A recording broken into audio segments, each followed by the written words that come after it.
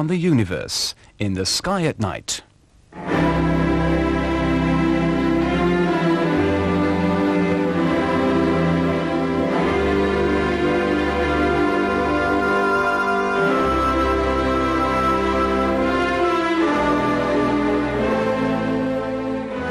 If you wanted to see the world's latest and most sophisticated telescope, where would you think of going?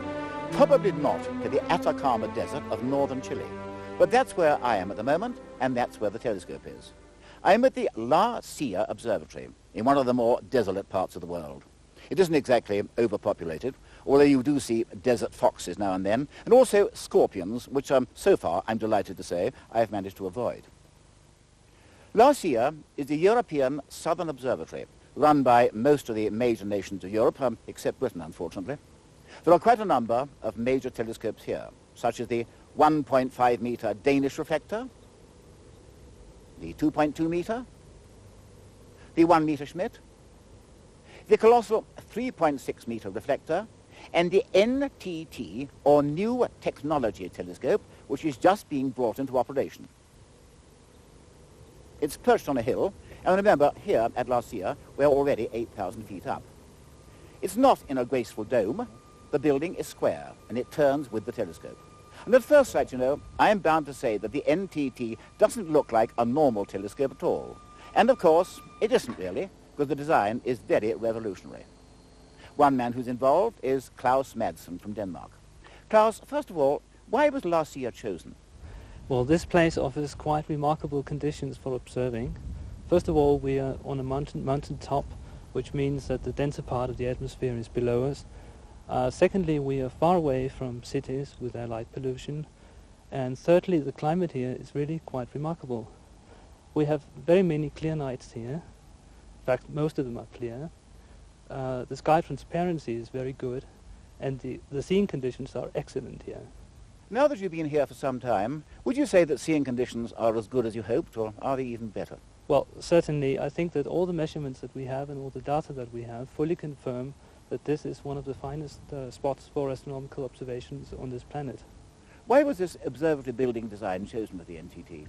The NTT building has a very peculiar size, and that is a result of quite extensive wind tunnel tests. Now, the aim is that, together with other features in the building, we'd like to avoid a very unpleasant phenomena which is known to astronomers as dome seeing. Now, dome seeing is caused by turbulence inside the telescope dome, which degrades the light signal coming from the celestial object.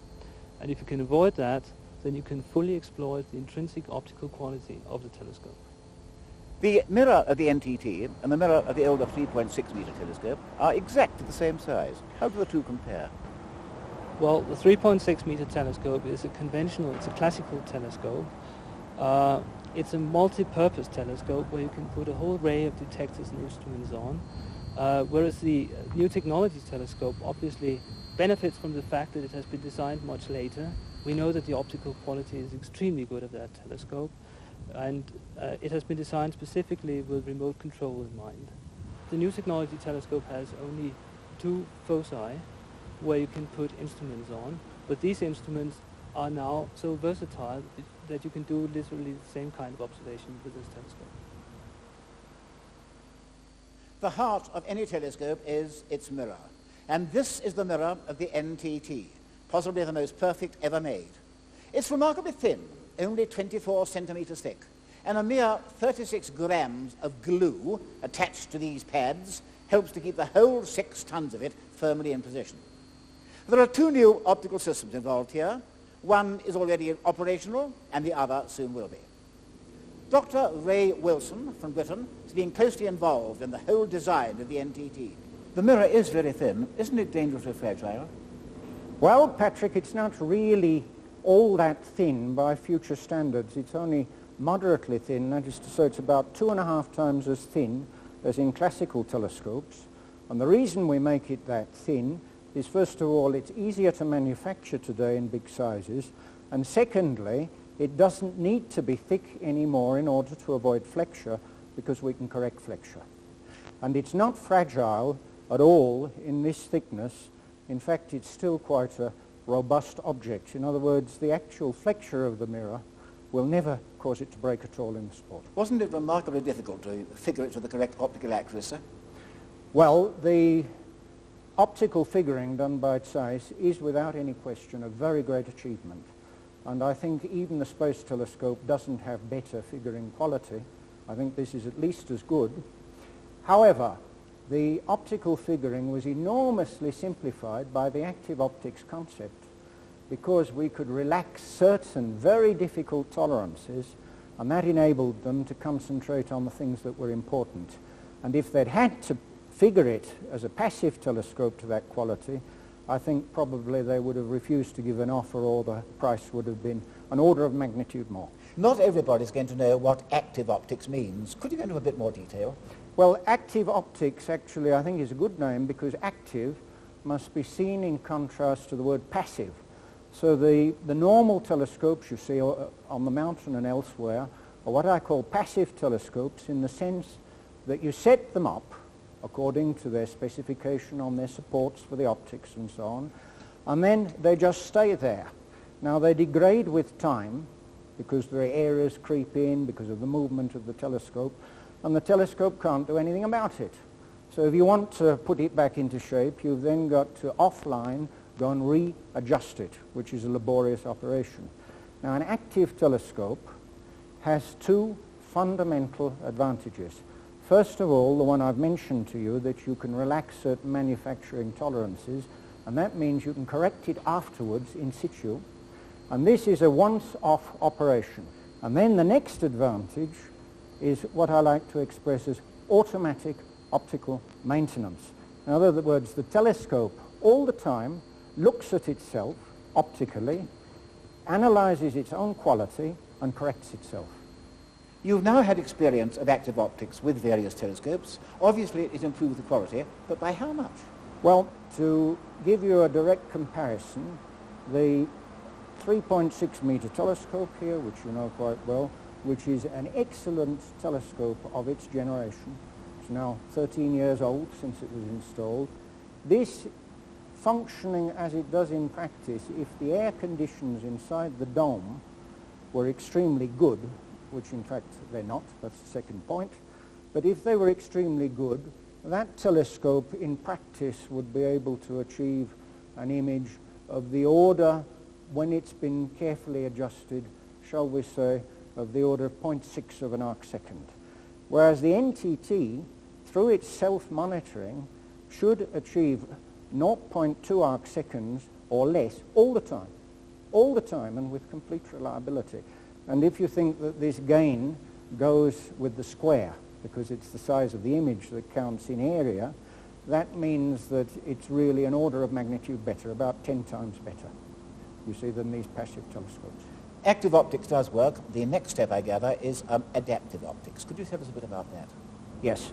Well, the best way of seeing the difference between active and adaptive optics is from the point of view of what's called the bandpass. In other words, the frequency range in time over which the systems operate.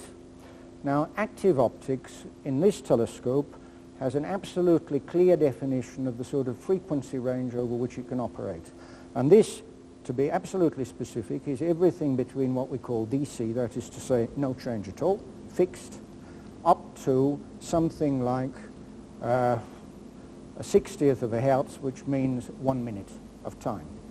Now, adaptive optics is essentially the effect of the upper atmosphere, the global atmosphere we have above us.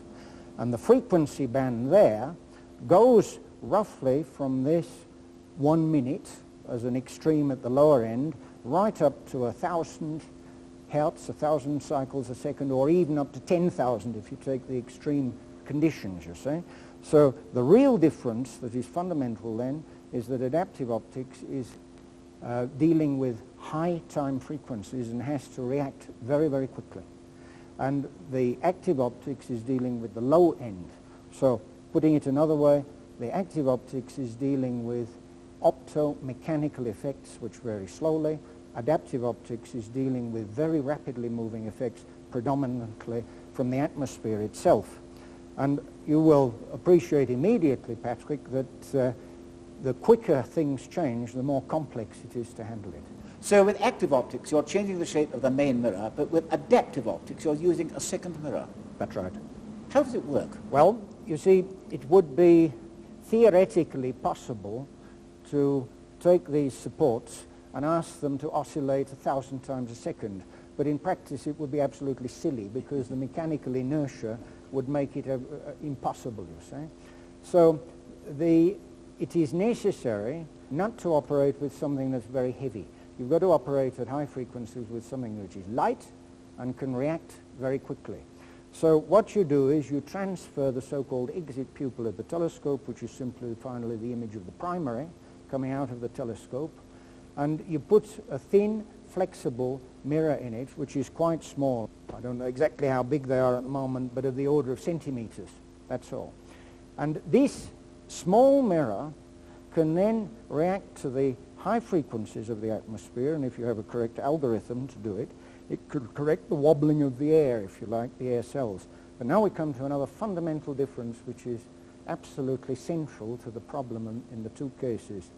The adaptive optics, because of the nature of the atmosphere, has only a correction angle which is very small.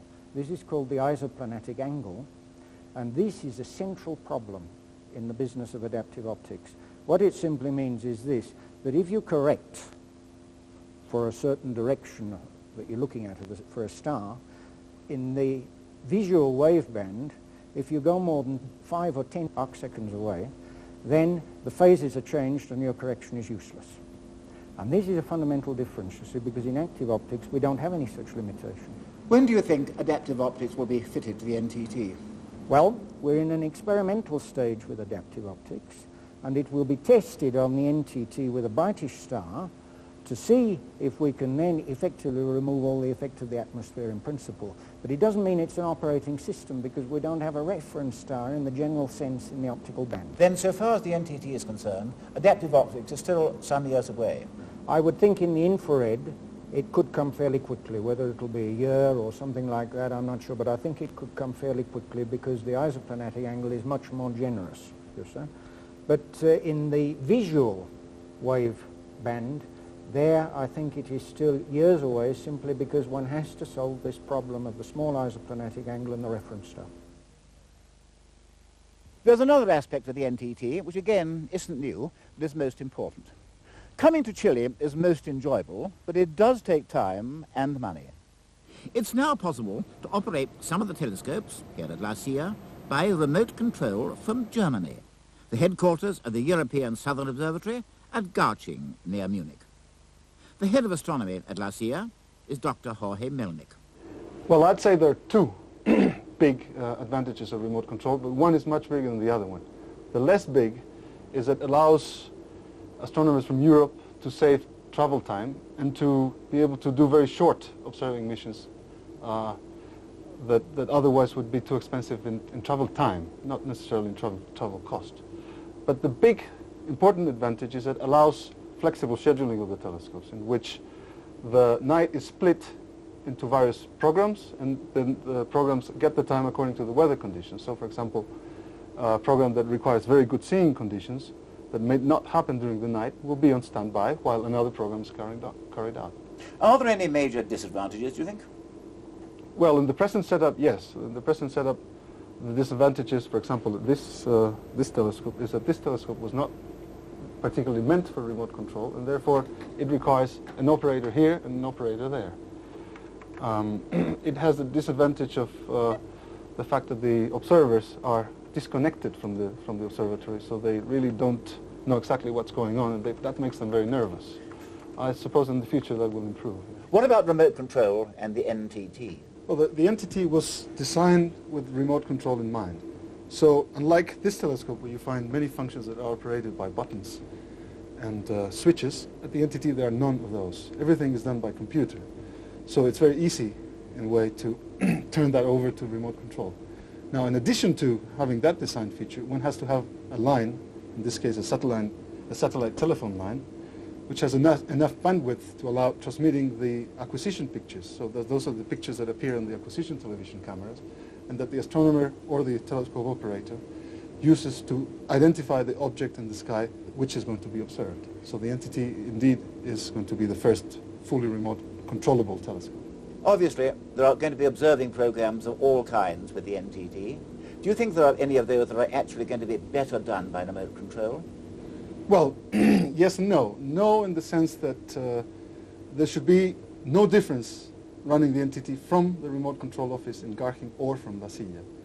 And yes, because very short-term programs that require only a few hours can be done much easier if the astronomer goes to an office in Germany than if he has to travel all the way down to Chile. So eventually you think most of the observing will be by remote control with the NTT? Well, I don't know. I don't know. That's a much open to debate question because we think that it's important that astronomers come every once in a while at least to La Silla, have direct contact with the reality, with the operating conditions here, and give us the input that we require to improve and upgrade all the instrumentation. So I would say that a fraction, but not all of it, will be done. Obviously there are many new features of the NTT, and I know that adaptive optics will be fitted to it in time. Are there going to be any major modifications to the NTT in the near future? Well, no. The adaptive optics, I'd say, is though one major modification, and I'd like to add that we have still very limited experience using the telescope, but the very limited experience we have is that it's an absolutely marvelous telescope. It's a Rolls-Royce of the telescopes. Well, obviously it is a pioneering telescope, and many of the improvements on it are going to be used again. And I'm thinking, of course, of the VLT, or Very Large Telescope. Yes, indeed. Many of the experimental features on the NTT will be fully implemented at the VLT. One of them, for example, is the active optics, or the active support of the primary mirror. The NTT has a semi-rigid primary mirror, but the VLT will have a mirror which is the same thickness as the NTT mirror is now, but twice as big. So it will be completely flexible, and will not be able to, one would not be able to operate it without the active optics. At the moment, we can't operate the NTT without the active optics. This will not be the case for the VLT. Of course, there will be remote control on the VLT. Well, that's again open to debate, but yes, I think there will be, I would guess at the moment, at least 50% of the time remotely controlled. But again, I emphasize that it's important that astronomers come to the site and give input to the people that are here operating the observatory, because unlike space observatories, the VLT is going to be manned. When do you think the VLT will be fully operational? Well, the target for the first unit telescope is around mid-1990s, say 1994. And it is expected to have the 4 telescopes operational by the turn of the century. Obviously, in all this, the NTT has been absolutely crucial. If you had to go back again now and plan it right from the start, is there anything that you'd do differently? I don't think so. It is really a marvelous telescope. And once we have more experience, I would be able to answer that question more properly. But at the moment, it looks absolutely great. So you think, in fact, the NTT is going to be the best telescope in the world? I think it is. Looking at this curious square building, it's hard to realize that the NTT is the very last word in astronomical telescopes, at least so far. Anything like it would have been inconceivable only a few years ago. But we well and truly enter the new era of telescope design. And we believe that with the NTT, we'll see more clearly into the far reaches of the universe than has ever been possible before.